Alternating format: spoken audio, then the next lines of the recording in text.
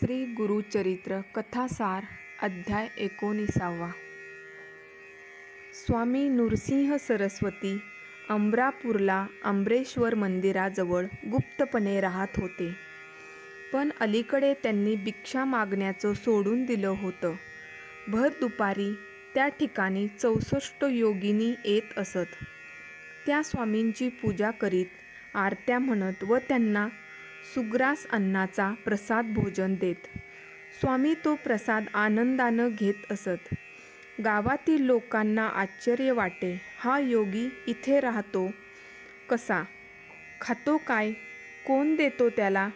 गावातील टवाळ लोकांत तो एक चर्चेचा विषय झाला होता. शोध घ्यावा म्हणून त्यांनी युक्ती केली. भर दुपारच्या वेळी आपल्यातील एक ब्राह्मण त्या मंदिराजवळ टेहळणीसाठी पाठवला. ब्राह्मण सावधगिरीनं लक्ष ठेवीत होता. नेहमीप्रमाणे त्या योगिनी येण्याची वेळ झाली होती. त्यांचा नित्यक्रम इतर कोणालाच माहिती नव्हता आणि अचानक टेहळ्या ब्राह्मणाच्या पोटात भीतीचा गोळा उठला. पोट भयंकर दुखू लागलं. तिथं थांबणं अशक्य झालं. तो तडक आपल्या घरी आला. त्यानं तो प्रकार आपल्या सोबत्यांना सांगितला. ते गप्प बसले. योगिनी आल्यावर नित्याप्रमाणे कार्यक्रम झाले. योगिनी परत गेल्या. त्या योगिनींना एका ब्राह्मणानं पाहिलं होतं. तो शेताची राखण करीत होता. दुसऱ्या दिवशी तो ब्राह्मण त्यांच्याबरोबर निघाला व स्वामींच्या दर्शनाला आला. स्वामींची नेहमीप्रमाणे पूजा झाली. आरत्या झाल्या. सर्व योगिनींनी स्वामींना नमस्कार केला. त्या ब्राह्मणानेही स्वामींना भक्तिभावाने नमस्कार केला. नंतर सर्वांची भोजनं झाली. ब्राह्मणही जेवला. सर्व मंडळी परत गेली. तसाच ब्राह्मणही गेला.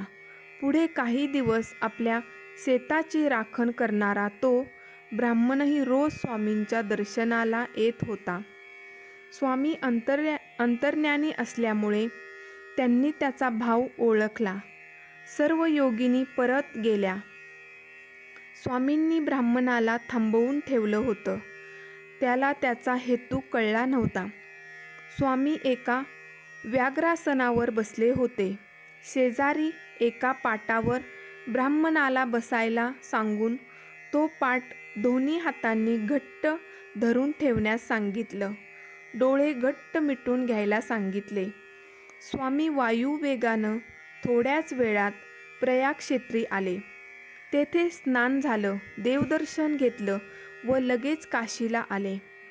काशी विश्वेश्वराचं दर्शन घेतलं. पुढे गयाक्षेत्री गेले. सरस्वती नदीत स्नान केलं. श्री विष्णुदेवाचं दर्शन घेतलं व संध्याकाळी पुन्हा त्या ब्राह्मणासह अमरापूरला येऊन दाखल झाले. त्रिस्थळीची यात्रा घडल्याचं ब्राह्मणाला अपूर्व समाधान वाटलं. त्यानं स्वामींच्या चरणी मस्तक टेकलं. स्वामींनी त्याला शुभ आशीर्वाद दिले व यापुढेही तुझी गरिबी दूर होऊन तू नेहमी सुखात राहशील असं सांगितलं. मात्र हा यात्राप्रसंग तू इतर कुणाला कधीच सांगू नको अशी आज्ञा केली होती. ब्राह्मणाला परमानंद झाला होता. तो घरी आला. पण त्या त्रिस्थळी यात्रेचा चमत्कार मात्र तो कधीच विसरला नाही. पुढे त्याची परिस्थिती उत्तम सुधारली. तो स्वामींचा एकनिष्ठ भक्त झाला. पुढे काही दिवसांनी स्वामींनी अमरापूर सोडलं व ते गाणगापूरला निघून गेले. जय जय रघुवीर समर्थ.